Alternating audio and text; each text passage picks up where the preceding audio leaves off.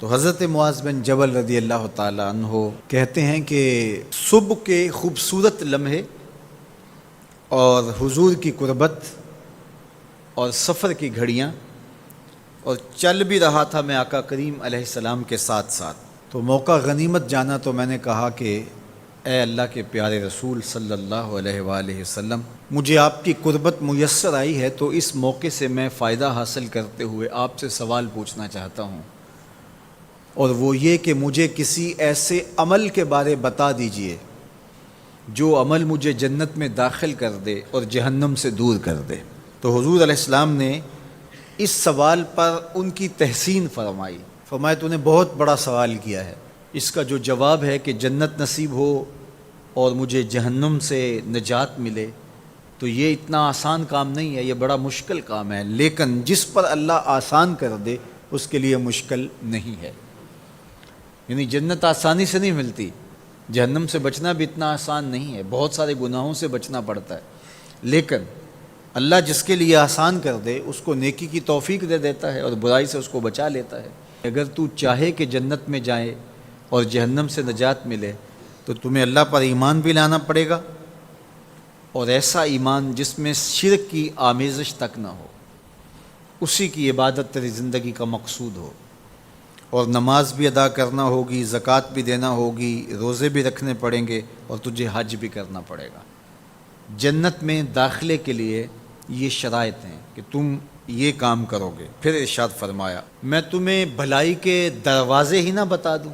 ارشاد فرمایا الصوم جنہ، روزہ ڈھال ہے۔ ڈھال آپ سمجھتے ہیں، اگر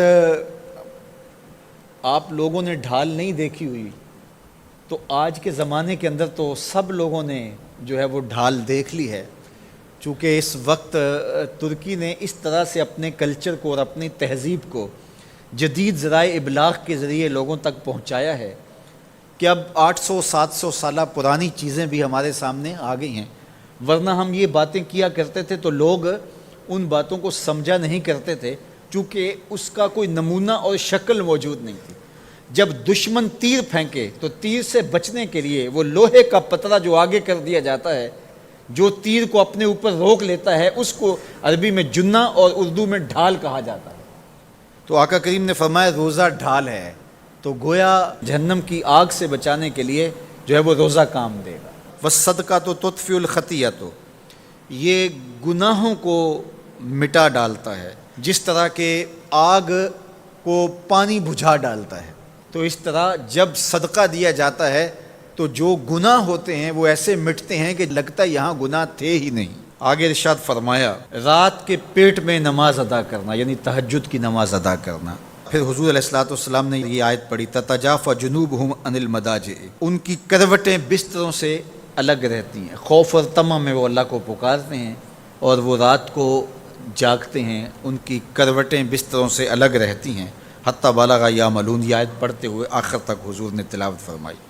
تو فرمایا جس طرح صدقہ آگ کو بجھا دیتا ہے، اس طرح پچھلے پہر کی نماز، تہجد کے سجدے بھی اللہ جل شانہ کے غصے کو ختم کر دیتے ہیں اور جہنم کی آگ کو مٹا ڈالتے ہیں۔ پھر حضور نے ارشاد فرمایا کہ میں تمام امور کی جڑ نہ بتا دوں کیا ہے، جتنے بھی معاملے ہیں اس کی جڑ ہی نہ بتا دوں۔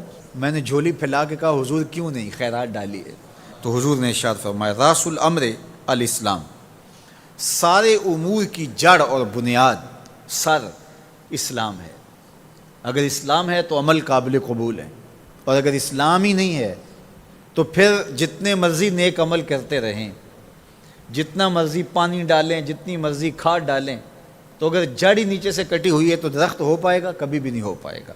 تو کہا جڑ اسلام ہے، اس لیے عقیدے کی صحت عمل کی قبولیت کی ضمانت ہے۔ تو تمام امور کی جڑ اور بنیاد اور سرا اسلام ہے، اور اس کا ستون نماز ہے۔ اور صحابہ نماز کے جس طرح پابند رخوگر تھے، تو وہ تاریخ کی روایات آپ دیکھ سکتے ہیں، آپ کو ایک صحابی بھی بے نماز نہیں ملے گا۔ وَذِرْوَةُ صَنَامِهِ الجہاد، اور کوہان کی بلندی، چوٹی اسلام کی، وہ جہاد ہے۔